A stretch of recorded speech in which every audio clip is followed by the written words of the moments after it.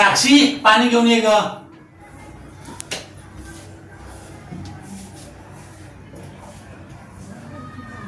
अहो तुम्हाला एक सांगू, जर तुम्हाला आई सोबत किंवा माझ्या सोबत राहायचं असेल तर तुम्ही कोणासोबत राहाल?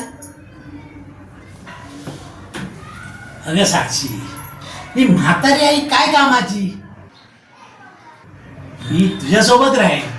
किती चांगले आहात हो तुम्ही. पण मी काय म्हणतो, हेच प्रश्न ना तू तुझ्या मुलाला विचार.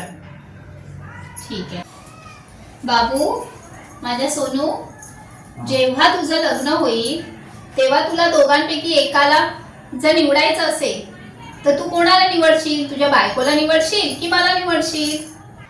जसे बाबांनी आपल्या बायकोला निवडले तसं मी पण माझ्या बायकोला निवडेन आणि तुला घराच्या बाहेर काढेन. अहो हा काय बोलतोय? बघितलंस, जर मी बोललो असतो आई बरोबर राहील तर तू भडकली असतीस. म्हणून मी बोललो मी तुझ्याबरोबर राहील, आणि तुझ्याबरोबर राहील म्हटलेल्याचे परिणाम तू आता बघितलेस. हे बघ, जर मी माझ्या आईची कदर केली तर हा आपल्या आईची कदर करेल, म्हणजे तुझी कदर करेल. हे बघ, एक लक्षात ठेव, जे आपण पेरणार ना तेच उगवणार. आज आपण जे वागणार ते मुलं पाहणार, तशीच ती मुलं आपल्याबरोबर पुढे वागणार.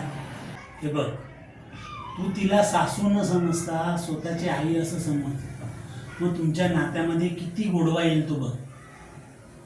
सॉरी, माझं चुकलं. आवडल्यास नक्की शेअर करा.